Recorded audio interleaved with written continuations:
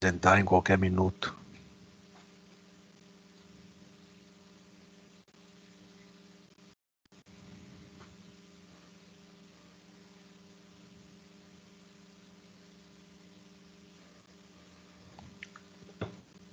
Psicose maníaco-depressiva,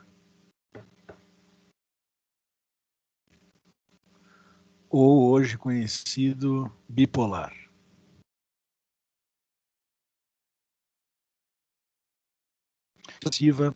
Terceira forma de psicose que vamos estudar, terceira e última forma de psicose, depois da paranoia e da esquizofrenia.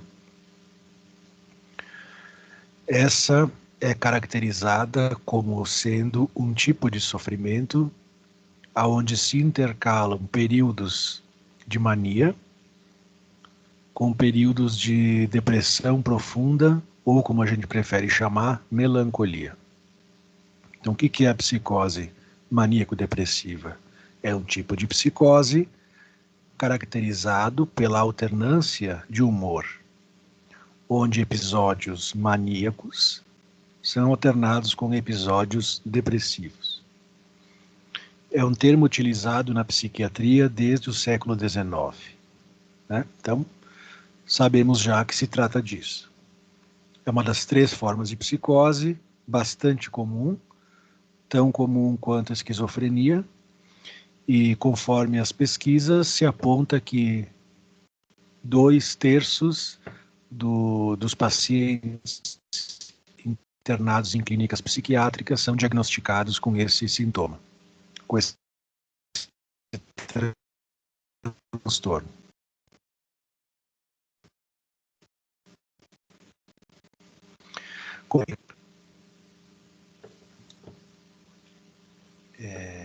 De predominância em relação ao gênero, né? Ela é mais comum em mulheres na idade de 20 a 60 anos, mais comum em mulheres, sendo também 2/3 dos casos, então, né? Vamos dizer, a cada três pessoas, 2 são mulheres e 1 é homem. Ela foi chamada de loucura cíclica, porque ela tem esse ciclo, né, que intercala mania e depressão. A fase maníaca é uma fase caracterizada por uma efusividade, uma energia, uma vontade tremenda do paciente em fazer muitas coisas, falar muito, trabalhar muito, viajar, gastar muito dinheiro, né? Uma impulsividade fora do comum, limpar a casa, né? Então, é uma sensação de disponibilidade afetiva muito grande, é uma sensação de disponibilidade para a ação, né?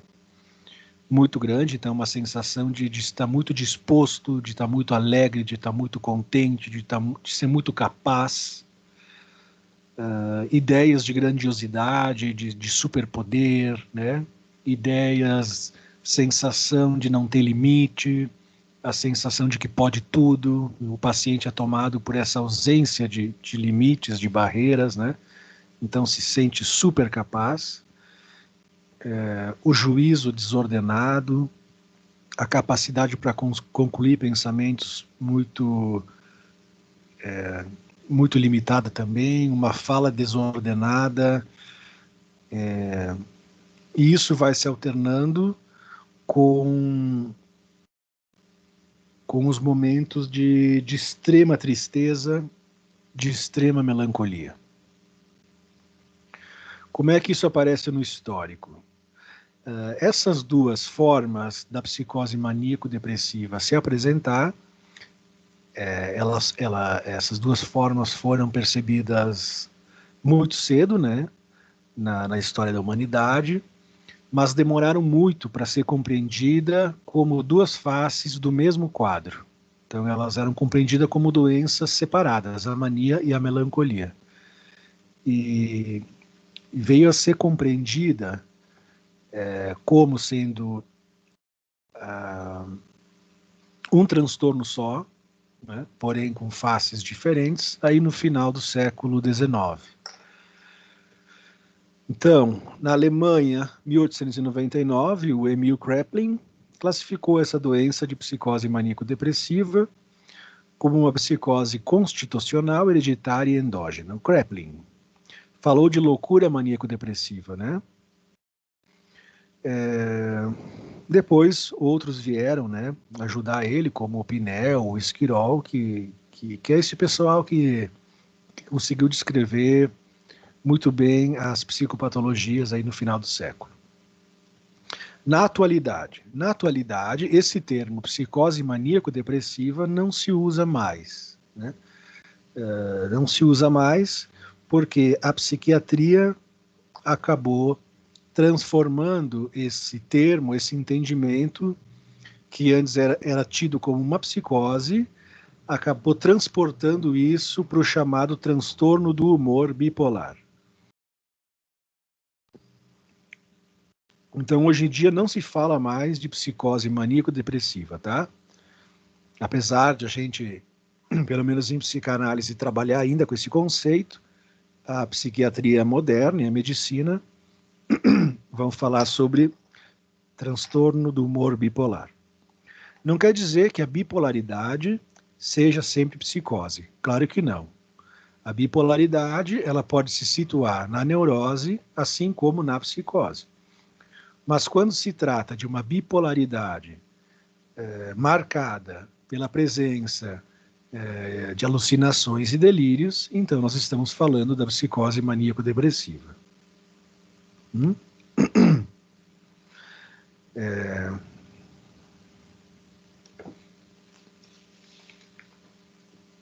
Maníaco-depressiva. Tida como um transtorno do humor ou um transtorno afetivo. Então tem o chamado transtorno do humor bipolar e mais atualmente transtorno afetivo bipolar. Perturbação afetiva, né? Então, perturbação afetiva, perturbação do humor com ou sem sintomas psicóticos. A gente está estudando a psicose, então nós vamos imaginar só aquela fatia correspondente à psicose. Ela pode se apresentar a bipolaridade pode se apresentar no CID ou no DSM, oscilando entre depressões leves, moderadas e graves, com ou sem sintomas psicóticos. É claro que a depressão grave é aquilo que a gente chama de melancolia, né?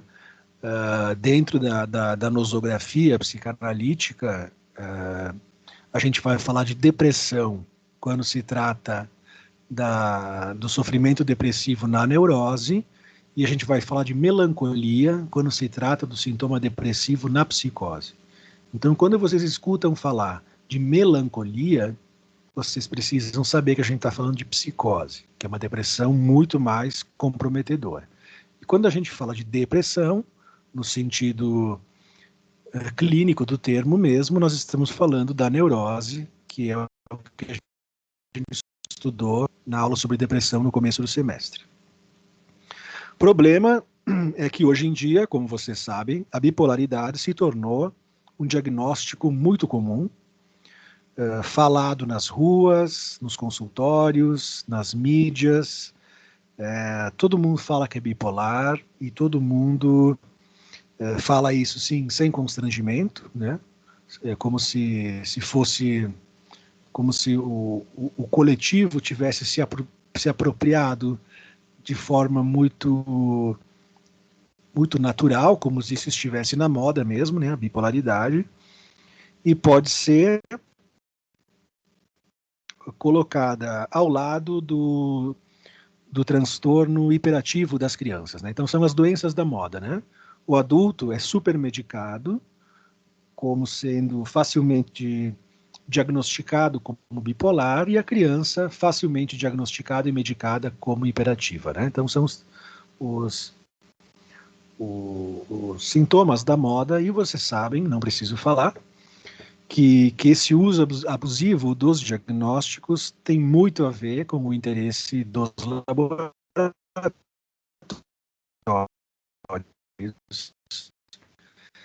com interesse médico. E por que tem tanto bipolar hoje? Né? Para vender. Por que tem tanta criança hiperativa? Para vender remédio. Então, essa é a ideia, né? Não sei se vocês sabem disso, mas os laboratórios, eles constroem, eles produzem uma medicação e depois eles vão ver para que serve essa medicação. Então, é muito comum se construir, se produzir, se divulgar determinado quadro psicopatológico para justamente facilitar a venda de determinada substância. E hoje, as substâncias eleitas para economicamente gerar lucro são essas dirigidas ao transtorno afetivo, transtorno do humor bipolar. Como é que isso está lá no CID-10? A gente pode encontrar, então, a psicose maníaco-depressiva no eixo relativo aos transtornos do humor, isso está em F30, F39, ou nos transtornos esquizoafetivos, tá certo? Então, tem esses nomes, né? Tem esses nomes no CID. Transtorno esquizoafetivo de tipo maníaco, então é F25. Transtorno esquizoafetivo do tipo depressivo, F25.1. Mania com sintomas psicóticos, F30.2. Transtorno afetivo bipolar, especificamente esse, né, que é F31. Então, o F31, como diagnóstico, propõe o quê? Propõe que se trata de uma doença onde existem alterações de episódio de elevação do humor e da energia, alternada com episódios de diminuição da energia e humor depressivo. Episódio depressivo grave com sintoma psicótico, então F32.3, que seria a melancolia,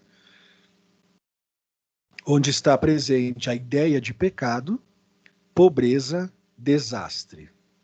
Vozes difamatórias ou autoacusativas, que é bem importante, delírio de sujeira apodrecida ou carne em decomposição.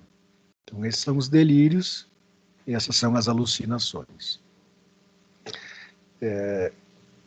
Bom, a gente precisa, já de antemão, entender que isso que a gente fala de ciclos, de alternâncias entre melancolia, entre depressão e mania, não é aquilo que as pessoas costumam dizer a respeito de ter o humor instável, de que um dia estão alegre e no outro tão triste, ou de que um dia está cheio de entusiasmo, 2 dias depois quer se matar. Isso não é bipolaridade, né? Isso não é maníaco-depressivo. Isso é ciclotimia. É um transtorno de humor cíclico, instável, é uma histeria, né? Uma ciclotimia normal. A bipolaridade, o transtorno maníaco-depressivo, esses episódios de mania e depressão são, né, pessoal? A gente tem que entender. Às vezes as pessoas assim, eu acho que eu tô meio bipolar, né? Ontem estava bem, hoje estou mal. Não é isso, né? São questão de meses. Ou seja, são meses tendo um episódio maníaco e meses dentro de um episódio melancólico depressivo. Então, nós, profissionais da psicologia, temos que ajudar o leigo, né, a entender que isso não é bipolaridade.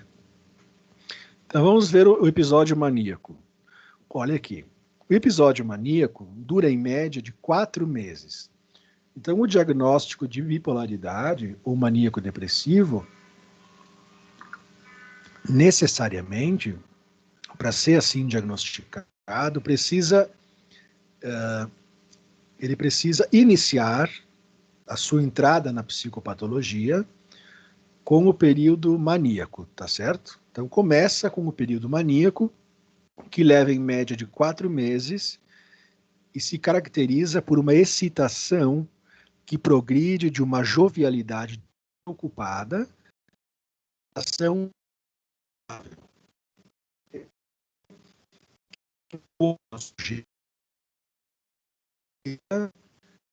dá livre curso a esse imperativo. Entra em êxtase, fica sem dormir, tem uma sensação de otimismo, de prazer, fala muito, muito expansivo, né?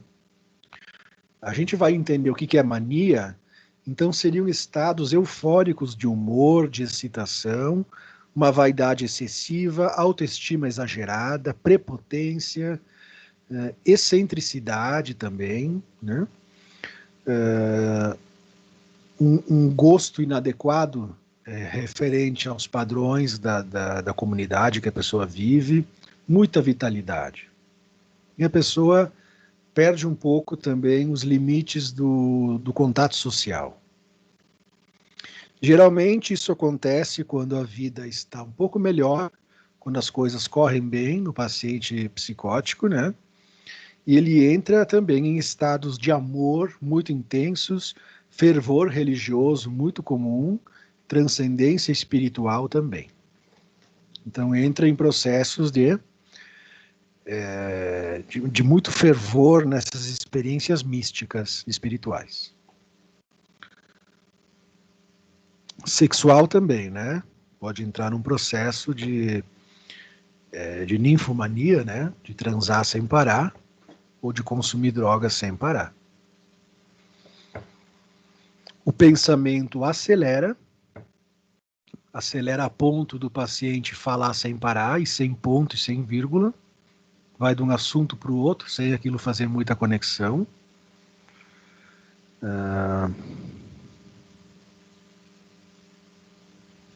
A gente chama isso de verborreia, né?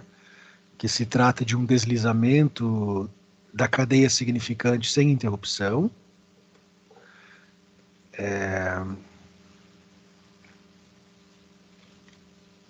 Uso abusivo de xistes, de piadas. Geralmente a fase maníaca é mais breve e menos dolorosa que a depressiva. A pessoa começa a construir planos ambiciosos, começa a fazer compras sem ter dinheiro, começa a fazer empréstimos sem poder pagar. Existe um relaxamento grande da questão ético-moral.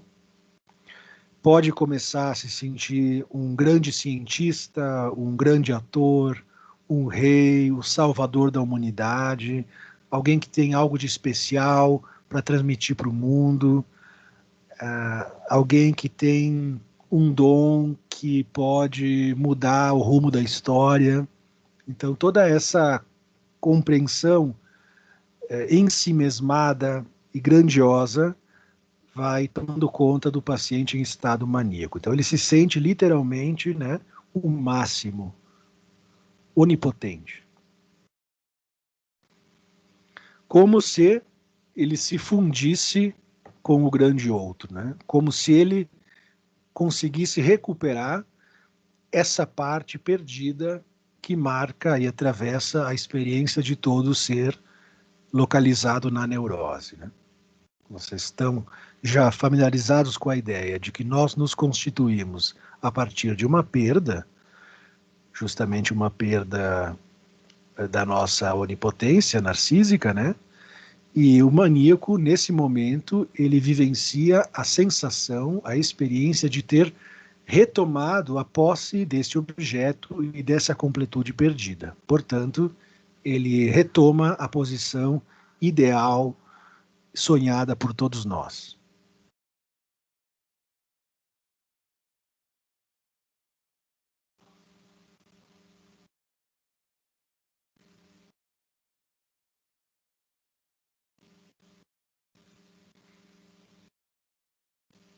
Por isso que a gente vai dizer que na mania, o ego do sujeito, o eu do sujeito, né, se identifica com a potência paterna no real, se tornando todo-poderoso e implacável. Então vocês podem ver os filmes Todo-Poderoso, do Jim Carrey, que ele se identifica com Deus, né? Vocês podem ver o filme O Máscara, também do Jim Carrey. Quando ele usa a máscara, ele fica maníaco, né? ele fica invencível, ele faz o que ele quer, ele bota a máscara. Podem ver o filme Clique também, com Adam Sandler, que é interessante. E, portanto, ele tem o domínio sobre o passado, o presente e o futuro, com o controle. Claro, acaba se dando mal, né? Mas são filmes, assim, bem humorados, né? Mas que nos mostram o que seria uma pessoa num processo de mania. Agora, esse processo de mania dura uns 4 meses e dá lugar ao episódio melancólico. Então, a fase maníaca da psicose depressiva vai dar lugar à condição emocional dolorosa no qual a pessoa se vê extremamente deprimida e miserável. Miserável ao ponto de insultar a si própria, se rebaixar,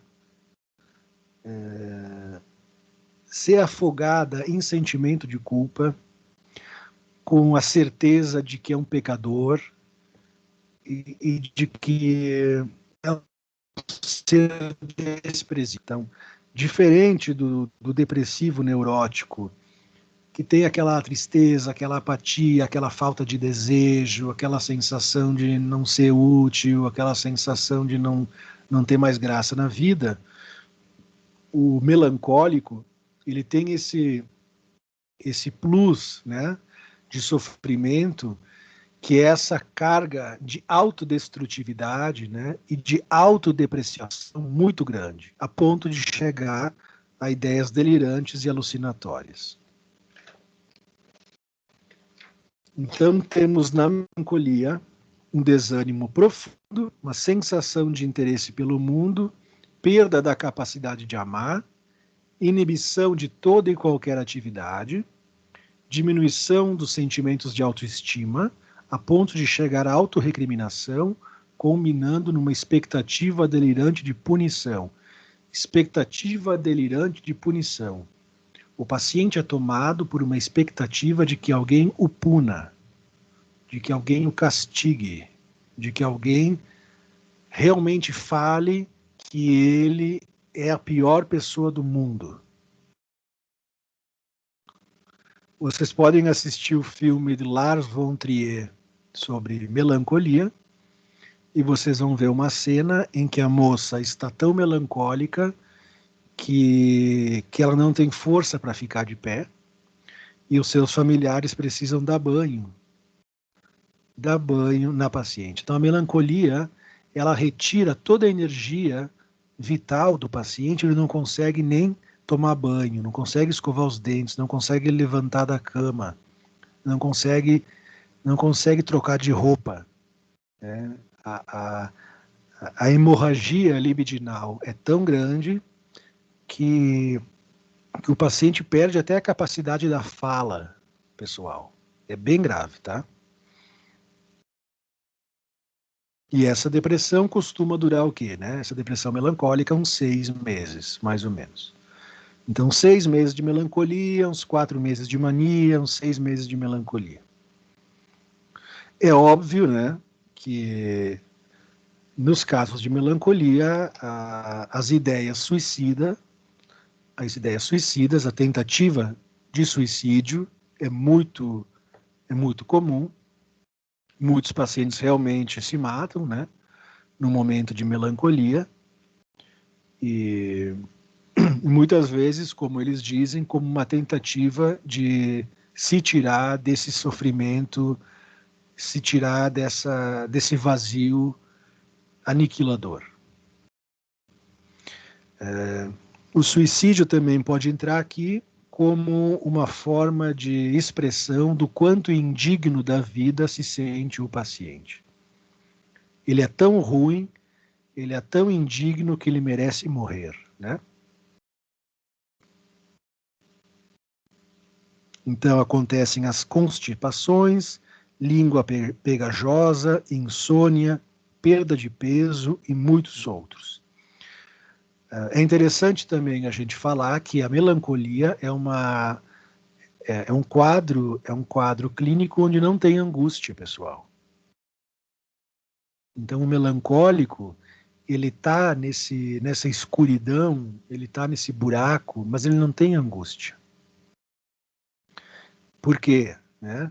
Ele está tão esvaziado de vida que não tem nada pulsando que pudesse gerar algum conflito.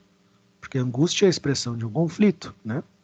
Não tem nada de conflito, ou seja, a pulsão de morte, né? A energia desligada é tão grande, né? Que o pouco de movimento ligado à pulsão de vida, o Eros, não é o suficiente para produzir angústia. Então, lembrem, né? Um quadro clínico que tem angústia sempre é mais saudável do que um quadro clínico que não tem angústia. Se vocês pegam uma pessoa depressiva, mas com uma cota de angústia, ela está bem melhor do que um melancólico, um depressivo que não tem angústia. Angústia é sinal de conflito, de que tem um sujeito, de que tem uma pulsão ali. Agora, o melancólico que está sem tomar banho, sem ver TV, sem ler, sem trabalhar, só aí sentado, sem angústia, esse sim é grave, né? A questão sexual também vai embora, né? Como não tem libido, não tem desejo, não tem mais sexo, não, tanto o homem quanto a mulher. Geralmente a mulher toma aversão pelo sexo, horror, né? Do homem, do sexo. A atividade intelectual é suprimida. Bem, imagine, né? Realmente não querer mais viver. Psicodinâmica. Psicodinâmica, como é que isso acontece no psiquismo? Olha, um dos grandes trabalhos que trouxeram uma luz à compreensão da psicose maníaco-depressiva é o trabalho de Freud chamado Luto e Melancolia, volume 14 das obras do Freud. Luto e Melancolia, um texto bem curtinho, mas que trouxe muitas contribuições para esse estudo, que é quando ele vai propor um paralelo para entender a diferença entre o processo de luto, de perda normal e a melancolia. Então ele vai colocar o luto e a melancolia lado a lado para mostrar para nós em que esse fenômeno se equipara e em que ele se diferencia. Freud vai dizer que diferente do luto, onde o sujeito sabe o que perdeu, né? Diferente do luto, onde o sujeito sabe o que perdeu, na melancolia também há uma reação a uma perda, né? Há a reação a algo que não se tem mais, o que não se está mais aqui, mas não há no luto uma perturbação da autoestima. Na psicose maníaco-depressiva existe uma perturbação da autoestima, que também não está presente no luto. Então, no luto, o mundo se torna pobre e vazio. Então, no luto, né? O mundo se torna pobre e vazio, o mundo externo. Na melancolia, o que se torna pobre e vazio é o eu. Então, a perda no luto e na depressão, né, recai sobre o mundo. Na melancolia, a perda recai sobre o eu. Assim, vamos entender, pessoal, que na melancolia não é um objeto que é perdido, né? Um emprego, não é um namorado, não é uma condição econômica, mas é uma perda referente à imagem narcísica. Na melancolia, a perda é referente ao eu. Por quê? Porque o paciente vai apresentar o seu ego, na sua fala, sempre, como desprovido de valor, incapaz de qualquer realização, moralmente desprezível. Então, é uma ruptura, é uma rachadura, uma perda na identidade narcísica que até então estava relativamente bem. O psicótico vai se repreender e esperar ser punido. Degrada-se perante a todos, e isso também é específico da melancolia. O paciente sente prazer em se mostrar desprezível. né? O paciente sente prazer em mostrar o quanto ele é ruim, o quanto ele não vale nada, o quanto ele é um cara que machucou os seus familiares. Um prazer em dizer assim: eu não presto, eu sou um peso para minha família, todo mundo está infeliz por minha causa, eu estou estragando a vida de todo mundo, eu mereço morrer, eu sou um lixo, né? Um prazer em expor isso. Também isso não está na depressão, não está no luto. Isso é um delírio, né? Um delírio de inferioridade.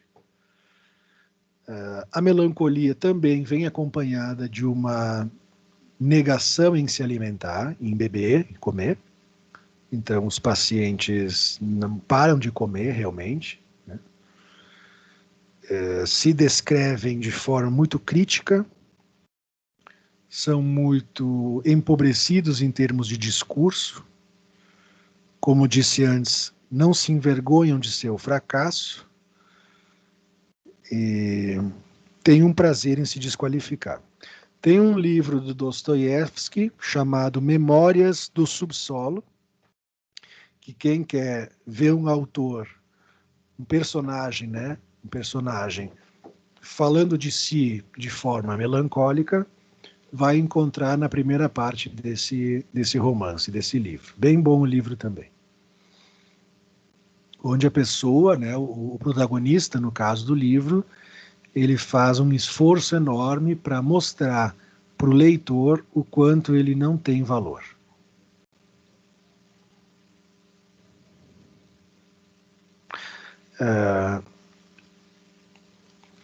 Diferente do luto, né? Então vamos pensar assim.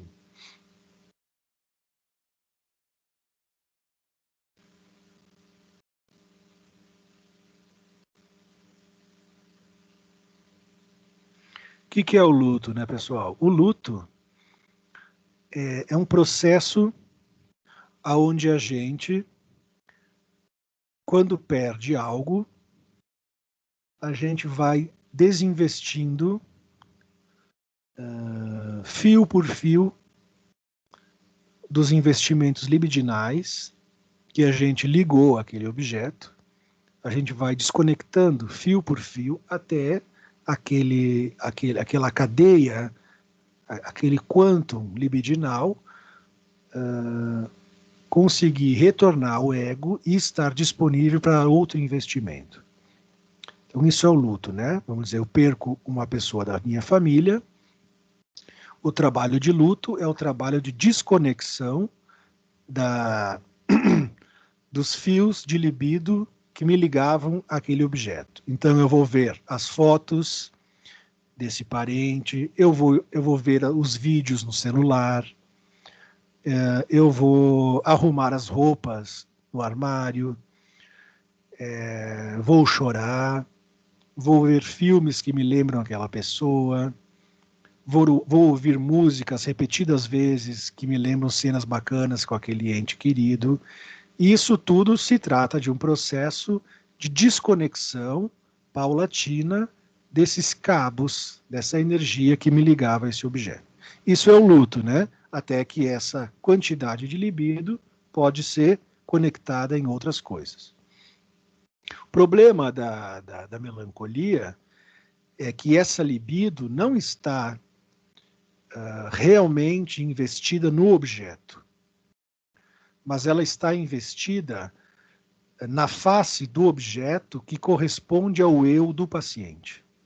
Digamos assim, ela está investida naquele ponto do objeto do qual o paciente está identificado.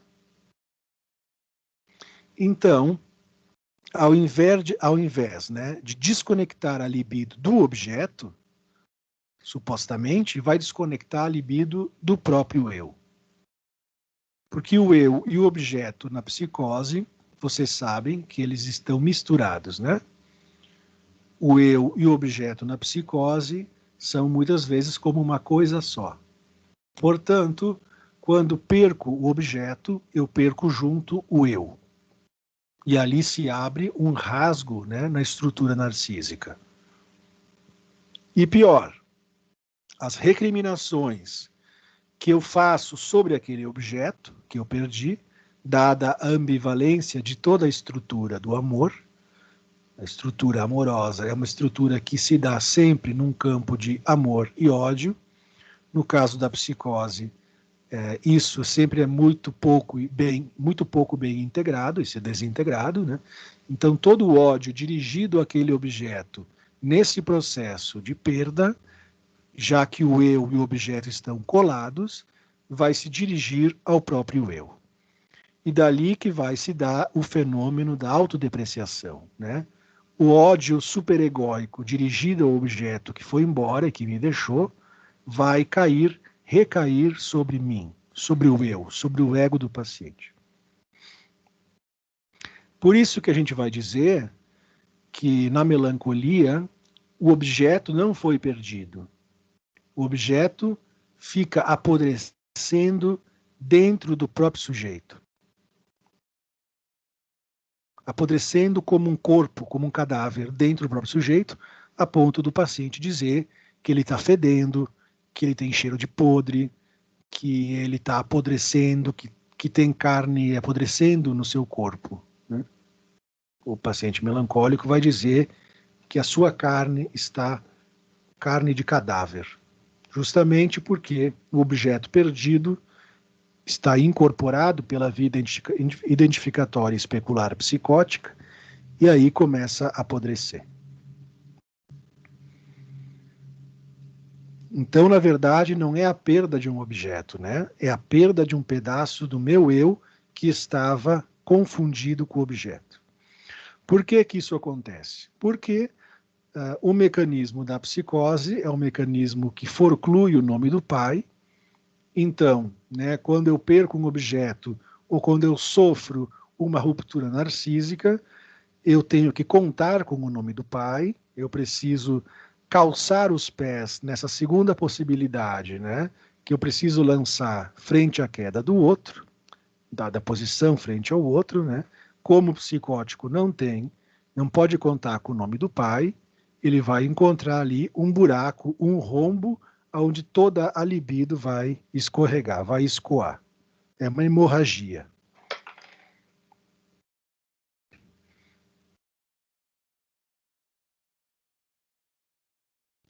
Dito de outra forma, né? Quando a gente não perde um objeto, ele suga toda a nossa energia. Quando a gente não perde o objeto, ele apodrece dentro de nós. Dito de outra forma, quando a gente não suporta que algo caia da nossa completude, né? A gente carrega dentro de nós um corpo morto. E aí, como a estrutura da psicose coloca o sujeito sempre no lugar de objeto e não de sujeito, né? O psicótico está identificado ao objeto, não à posição de sujeito. Quando existe uma perda, isso é interessante para a gente entender a melancolia. Quando existe uma perda, a sensação que o paciente tem não é a de que ele é alguém que perdeu algo, como é o caso do neurótico, né? Eu tenho a sensação de que eu perdi algo. A sensação que o melancólico tem é que ele é algo que foi perdido por alguém. Então ele está na posição do objeto perdido e não do sujeito que perdeu. Isso é interessante também para a gente entender o padecimento melancólico, porque ele está identificado ao objeto que foi perdido. Então, ele não, justamente por não poder se confrontar com a falta, eu perdi algo, ele fica no lugar do algo que foi perdido. E o algo que foi perdido sempre é o objeto dejeto, sempre é o objeto lixo, sempre é o objeto identificado ao resto da subjetivação. Então, a gente chama isso de identificação do ego ao objeto perdido.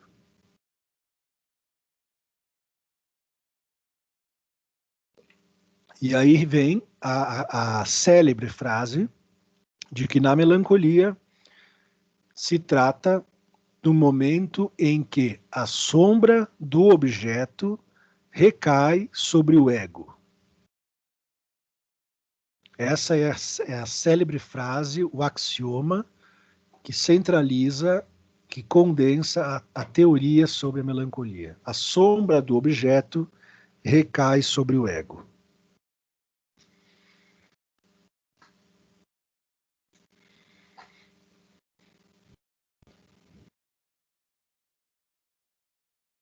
Bem, o sujeito identificado ao objeto perdido vai sofrer todos os tipos de recriminação do superego. O superego, na psicose, vem dentro do registro do real, né, aquilo que vem de fora, aquilo que não pertence a mim, justamente por ser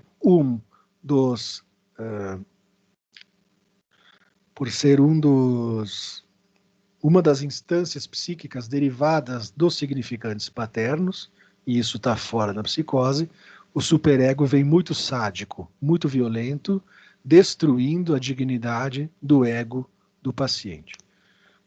Vocês podem ler esse livro aqui, A Crueldade Melancólica, é bem legal, do Jacques Rassum, que ele vai falar justamente disso, né?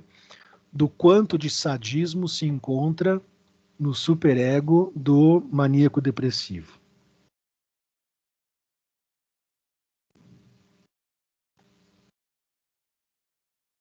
Superego tirano. Então, a agressividade, o ódio, a repulsa, a raiva daquele que me deixou, daquele que foi embora, vai recair sobre o ego.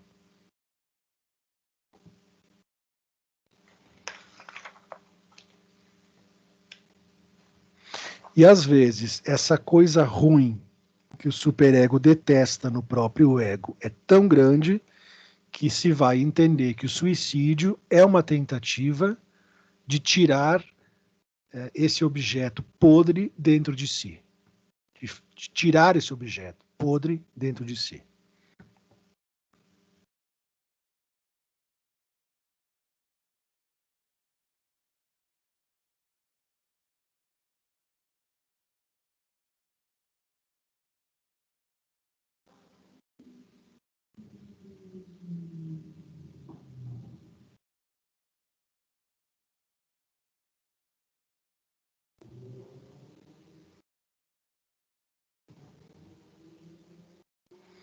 Então vocês imaginem a ideia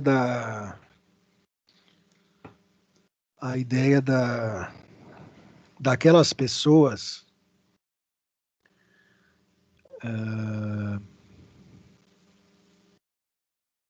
que só se sentem completas com um outro, que têm a sensação de que dependem dessa relação a dois para viver. As pessoas que dizem que o meu marido, a minha mulher, faz parte de mim. Ou a ideia levada a termo das metades da laranja. A ideia levada a cabo, né? Ao pé da letra, das metades da laranja. Ou seja, eu só existo numa relação onde o outro é parte de mim e eu sou parte do outro. Isso é extremamente psicótico, né? E isso é um passo para a melancolia. Por quê? Se eu me completo só na relação com o outro e, em determinado momento, eu perco esse outro, ou eu perco aquilo que o outro via em mim, ou eu perco aquilo que eu via no outro, já nessa relação de espelho, Se o outro não está mais presente, me deixa, morre, né? Eu passo a ser uma casca. Então, essas relações melancólicas no amor, na sociedade, na amizade, aonde a gente acha que a totalidade, a plenitude vai se dar se eu encontrar alguém que me completa, isso é enlouquecedor. Porque no momento que isso não acontecer mais, eu não sou mais sujeito. Eu sou um braço, eu sou uma perna, eu sou uma cabeça, eu sou uma parte do corpo, eu sou um pedaço de cocô, né? Eu sou uma lata de lixo. Então não dá para romantizar muito essa questão de achar bonito, né, o sujeito que se diz só poder viver se ele tiver a sua metade junto dele. Por que que o paciente melancólico faz isso? Porque ele elege alguém, ele elege um objeto, né, da qual, se ele estiver junto desse objeto, ele não vai precisar se defrontar com a castração, com a falta e com o desejo. Por se tratar de uma psicose, ele realmente não tem como se confrontar com a castração, com a falta e com o desejo. Mas é uma defesa muito primitiva. Então eu elejo alguém na qual suponho que possa me completar, e ali eu mesmo construo uma armadilha na qual, se aquilo não funcionar, eu vou realmente enlouquecer. Então é uma forma de tentar fazer uma colagem com um objeto que devolva ou que sustente a plenitude narcísica do eu ideal, né? Primeiro tempo de constituição do narcisismo.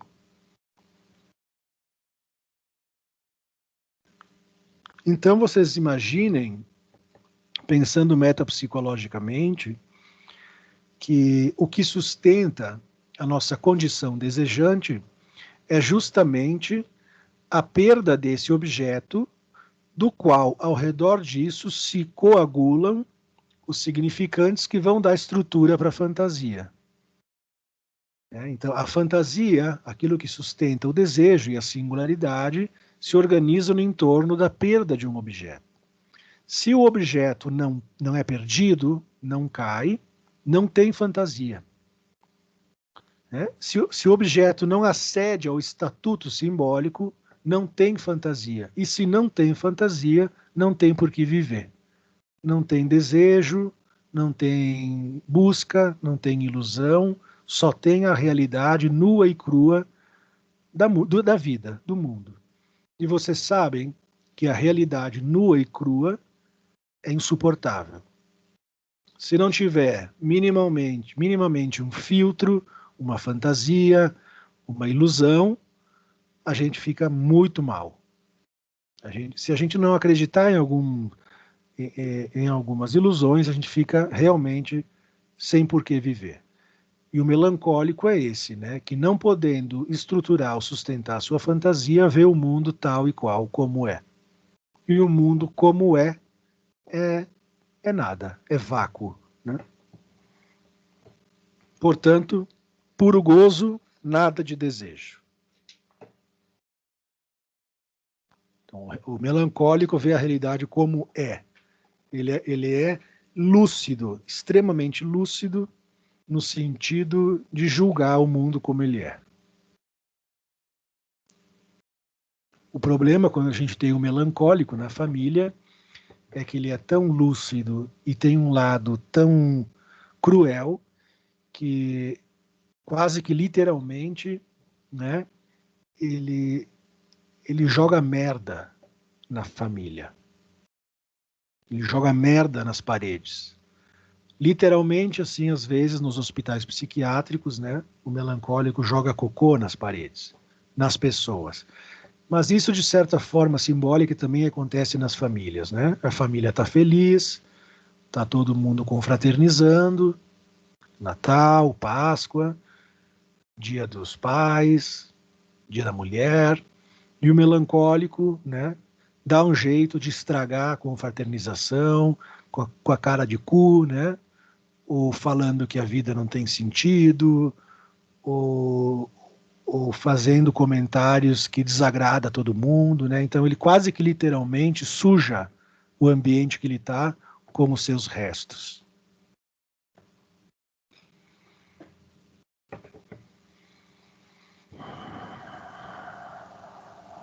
Tem um livro bem bonzinho, que é uma autobiografia de uma advogada americana, Terry Cheney, chamado Bipolar. É uma autobiografia, Memórias de Extremo, né? Bipolar aqui, que é Terry Cheney, que ela vai contar a experiência dela com a doença. Que ela vai contar a experiência dela com essa loucura cíclica, né, que é a psicose maníaco-depressiva. Se bem que esse livro parece mais um livro, uma autobiografia borderline, mas dá para também ler como sendo bipolaridade. Enfim, não estão tão distantes. Risco de suicídio. O risco de suicídio é grave, é grande nesse tipo de sofrimento. Por que que é grande, né? Porque todos nós somos marcados pela dor de existir. Não há como fugir da dor de existir. Mas a dor de existir no melancólico, ela é em estado bruto, puro, direto, como eu colocava para vocês. A dor de existir é tão grande que não há angústia. Só há nada. Como o paciente não quer perder nada, como o paciente não quer colocar o seu narcisismo em jogo, ele então paga o preço desistindo de viver. Né? Ele se identifica a tal ponto com o objeto para não se deparar com a falta que ele se retira totalmente do jogo da vida. A gente chama isso de se identificar o objeto como uma identificação à letra. A letra quanto instância mínima da linguagem. A instância mínima da linguagem é a letra, né? Depois o significante, depois as frases e o discurso. O paciente melancólico se identifica à letra. Não deixa a letra cair. A letra seria a mínima inscrição do objeto perdido. Ele não deixa a letra cair. Outro entendimento nos vai dizer também que a melancolia seria uma forma radical, desesperada, de defesa contra a devoração do grande outro. A devoração do grande outro, né, vocês sabem que a fantasia primitiva da criança, do bebê, é que se ele não responder minimamente a posição de falo, de sujeito, posição fálica, né, no sentido de encontrar uma maneira de ser sujeito nessa relação, a fantasia é sempre a fantasia de devoração, de ser devorado como um resto. Então existem teorias que vão propor que o melancólico teria como estratégia última frente à devoração do outro se fazer de objeto totalmente repulsivo. Tão repulsivo que nem o outro vai querer devorá-lo. Então ele se faria de tão podre, tão destituído de valor, né, que nem o grande outro, como objeto, o desejaria. Né? Essa é uma teoria mais lacaniana, né, que o sujeito vai se diminuir a tal ponto, tão desvalorizado, para não ser devorado.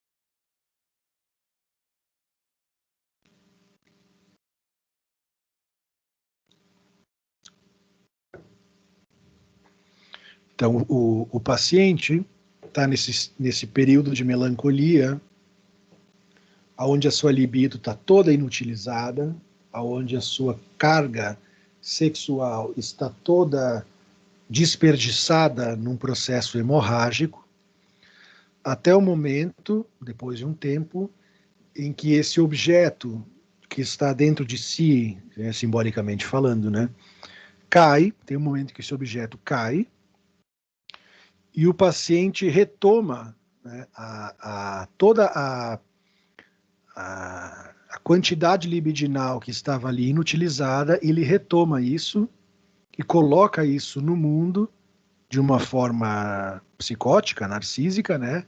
E ele entra de novo no processo de mania. Então é mais ou menos assim que o jogo vai se dando, né? Passa um tempo melancólico, com as catexias libidinais todas interrompidas, inibidas, né? Se sentindo realmente um nada, passa por um processo aonde essa energia se desliga desse objeto resto, e se torna disponível para o paciente reinvestir no mundo. Aí ele reinveste de forma maníaca e reinveste de forma a ter a sensação novamente, né, de ter retomado essa conjuntura, essa completude, essa concatenação narcísica que vai colocar de novo num lugar de alguém sem limites, né? Então, quando ele sai da melancolia, ele entra numa identificação ao objeto idealizado, ao eu idealizado. Então, ele está 6 meses ali, né, identificado ao objeto resto, identificado ao objeto perdido, consegue se desvencilhar disso e se identifica ao eu ideal. Se identifica ao eu narcísico pleno. Então, ele sai de uma para entrar numa pior, né? Então, é esse o circuito psicótico maníaco depressivo. Está identificado ao objeto resto, se desvencilha disso e se identifica ao objeto perfeito, que seria o eu ideal. O eu ideal, vocês já estudaram também, e vocês sabem que é essa construção egóica anterior à castração, anterior à divisão subjetiva, né? Que é sempre mítica também. É sempre mítica, né? Porque isso não existe. Mas, né, tem uma época da nossa vida que a gente acredita no eu ideal, a gente investe no eu ideal como o eu da plenitude. Então vai girando assim, né? Vai variando assim, períodos de loucura depressiva e períodos de loucura maníaca. O eu se identifica ao eu ideal. Vocês têm aí no texto, identifica o ideal do eu, vocês corrijam isso, porque são coisas diferentes. O eu ideal é uma coisa e o ideal do eu é outra.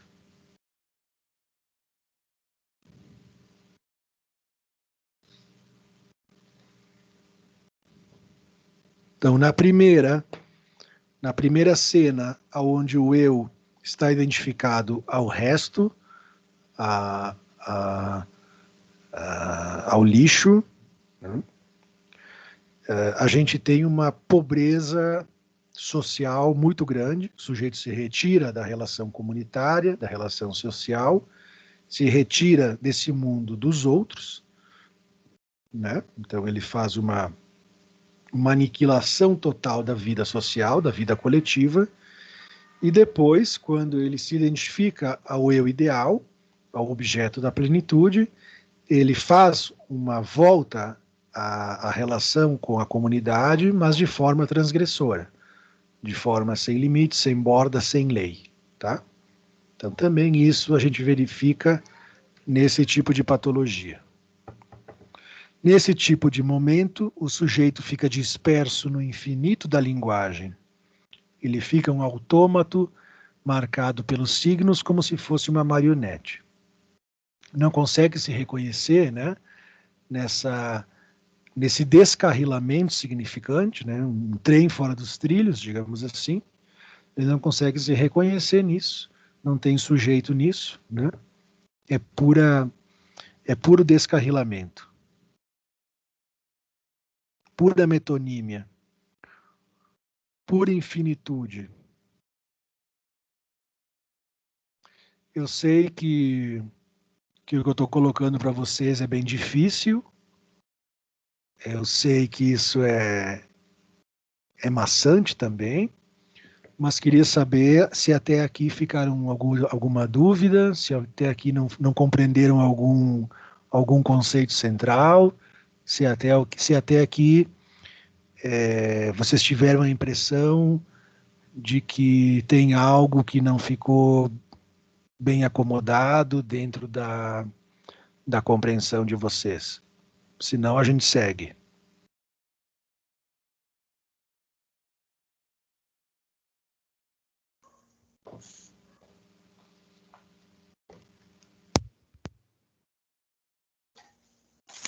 Acredito que tudo certo, professor, da minha parte, pelo menos. Tá bom. Obrigado por estar com a câmera ligada, Bruna. Porque pelo menos quando eu falo eu te vejo, senão eu só vejo bolinhas. Tudo bem.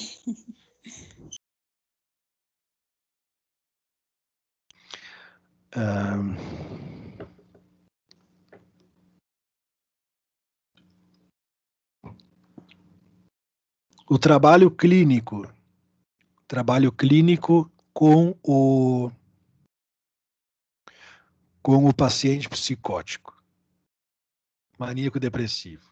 Em primeiro lugar, é um paciente que vai exigir muito da nossa função operatória, porque é um paciente sem angústia, é um paciente sem desejo, é um paciente sem conflito, é um paciente que tem um gozo grande em se colocar como um nada.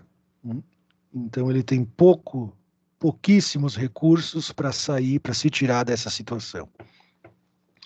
Então ele vai colocar em xeque, né?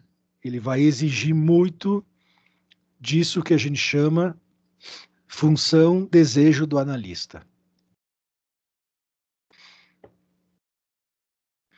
Vocês imaginem o que é anos a fio receber uma pessoa no consultório que não tem o mínimo desejo de viver, de melhorar, e que tem um prazer enorme em se botar para baixo, tá? Da onde vamos retirar forças para continuar escutando e recebendo esse paciente durante anos? Vamos tirar a força da onde, né? Vamos tirar a força do desejo do analista. O desejo do analista não é um desejo da pessoa do analista. Desejo do analista é um lugar operatório que a nossa escuta se ocupa para que possa se produzir na relação com o paciente alguns significantes mestres, alguns novos significantes. Então, o desejo do analista diz de uma posição discursiva aonde o que está no lugar do agente é o objeto A, portanto, o lugar que a gente ocupa, né, de semblante no discurso, e o que se produz lá na produção é o significante mestre, o significante do sujeito. Na clínica, então, a gente vai precisar do auxílio da psiquiatria.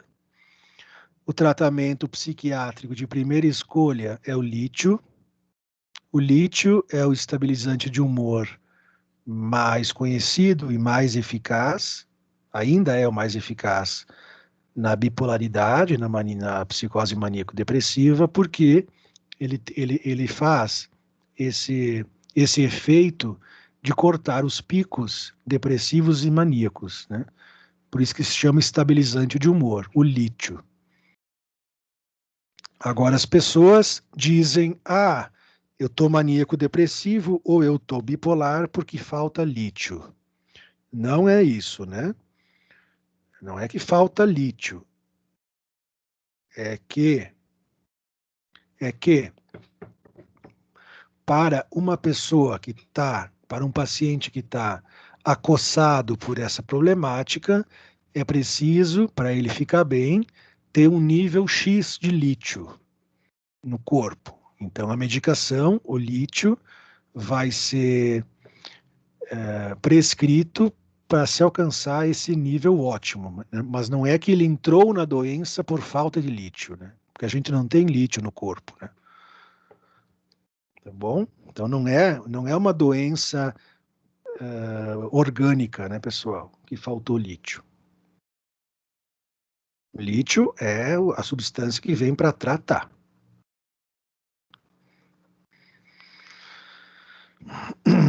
Então ele vem ali, o lítio, para estabilizar o paciente, para ele não entrar nem em grande depressão e nem em grande mania. Isso também ajuda, né? O lítio ajuda a produzir menos danos neuronais, né?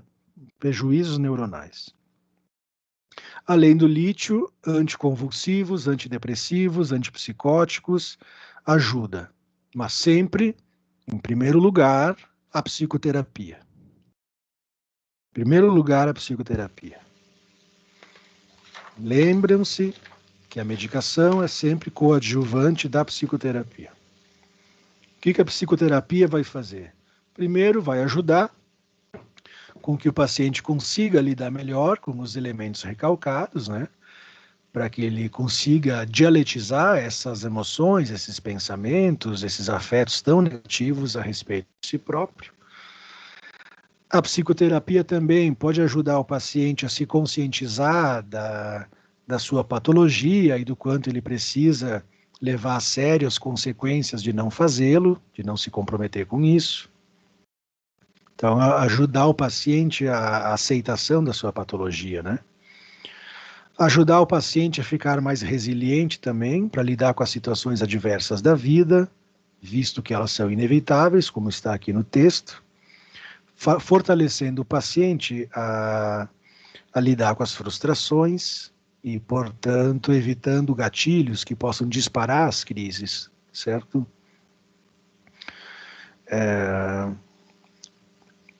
A psicoterapia também deve vir no sentido de ajudar a fazer uma circunscrição, uma barreira desse gozo desenfreado, desse gozo superegóico, desse gozo que está fora da linguagem, né, dado que está no real.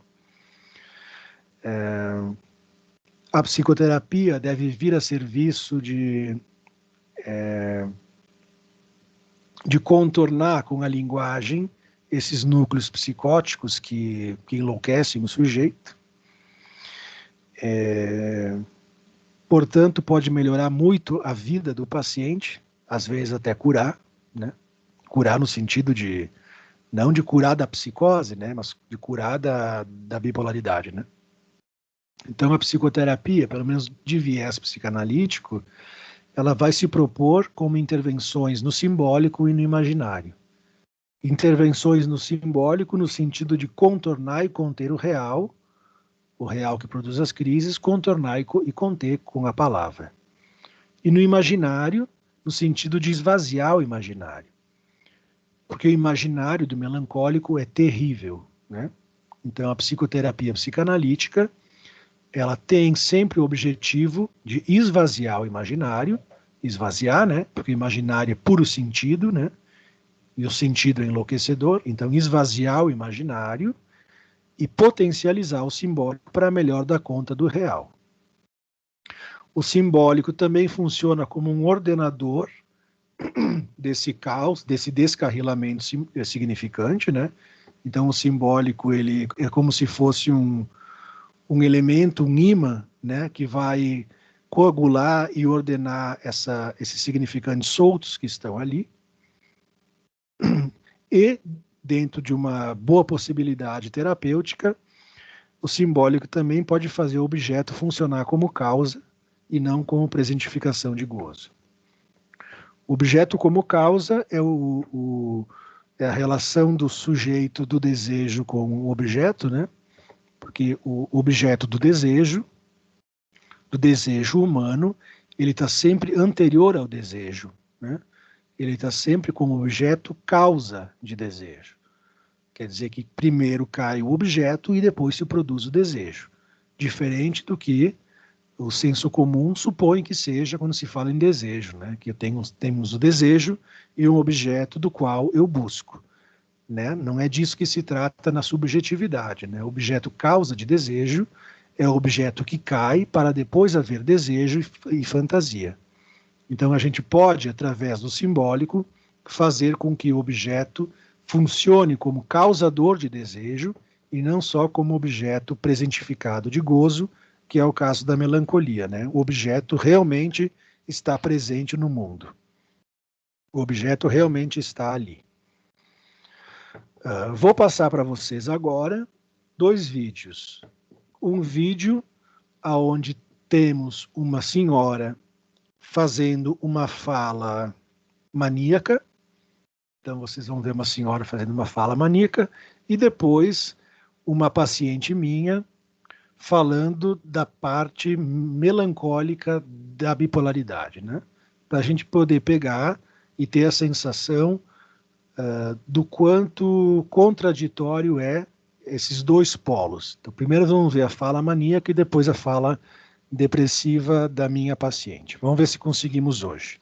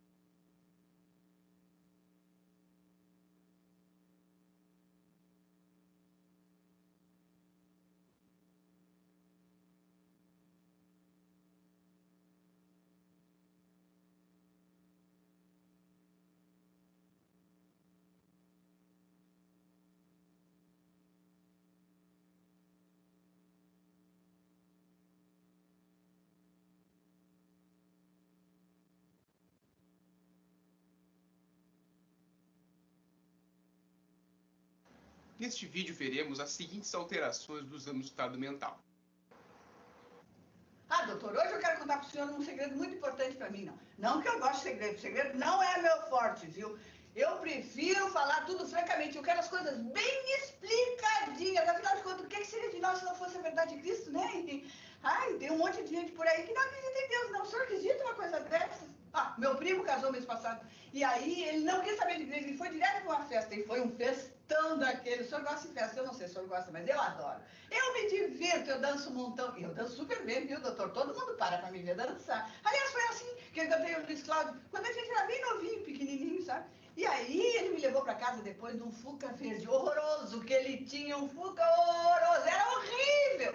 Se bem que os carros de hoje em dia, né, os carros de hoje em dia são muito melhores. Ai, eu nem sei como é que a gente aguentava naquela época, meu Deus do céu.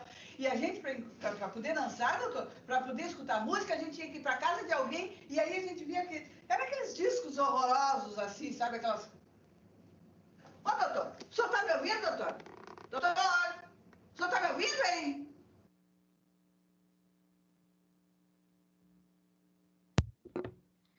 E agora vamos ouvir a fala da Márcia.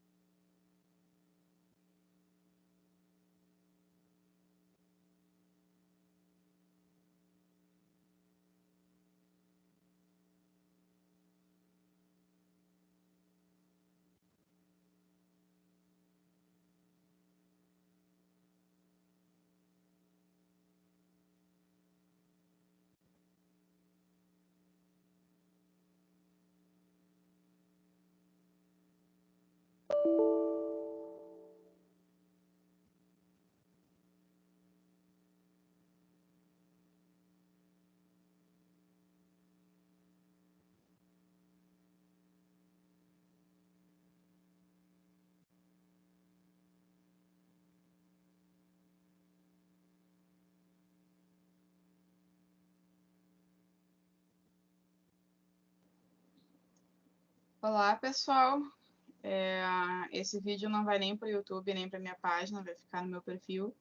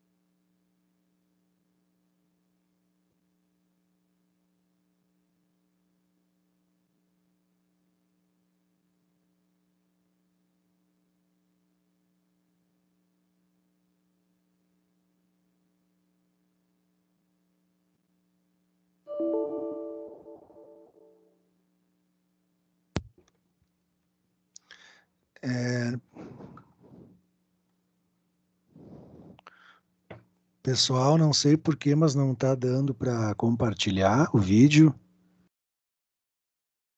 Eu vou mandar para vocês pelo WhatsApp. Então, depois da aula aqui, vocês assistam o vídeo pelo WhatsApp, que é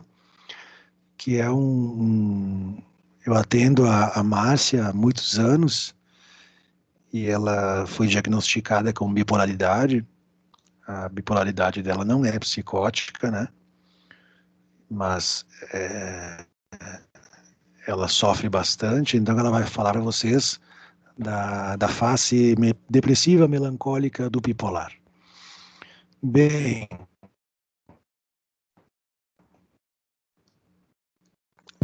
pelo função do diretor da faculdade ter exigido que a gente poste as notas da avaliação formativa até o dia 17, né? Dia 15, 17, vocês vão ter que apresentar a pesquisa sobre o psicopata, sobre serial killer. Então, eu sinto muito, é algo que eu não pude escolher, não pude interferir, mas vai precisar que seja assim. Então, vocês preparem essa apresentação para a segunda-feira. Quem não tem grupo, tenta conseguir se encaixar com alguém, ou alguém tem a caridade das pessoas que não têm grupo e colocaram no grupo o nome. Eu acho que tem aí no nome de uma moça lá que não tem grupo, então podem ser caridosos e chamar ela para o grupo de vocês, porque vai ter que ser assim, tá? Então, a semana que vem, vocês vão apresentar o trabalho sobre psicopata e serial killer. Na outra semana, nós vamos estudar, então, a perversão, a estrutura perversa, que era para ser antes, mas, de alguma forma, não vamos perder com essa inversão aqui. Eu vou encerrar um pouco antes a aula, já que a gente não fez intervalo, né? Eu vou encerrar um pouco antes para vocês também ter tempo de assistir o vídeo que eu vou mandar. Então agora eu vou mandar o vídeo da Márcia, vocês assistam e vão se preparando para a semana que vem. Alguma pergunta, comentário, sugestão, crítica? Luana, Samantha, Natália e Bruna? Oi, não, tudo certo. Natália? Tudo certo com a Natália e com a Samantha também. Tá bom, gurias? Tá bom? Então assistam o videozinho, depois vocês se reúnam para organizar para a semana que vem. Boa semana a todos. Volto a lembrar vocês, não sei se já falei isso, mas volto a falar. A clínica da Anhanguera já está recebendo pacientes, já estamos atendendo demanda de psicoterapia.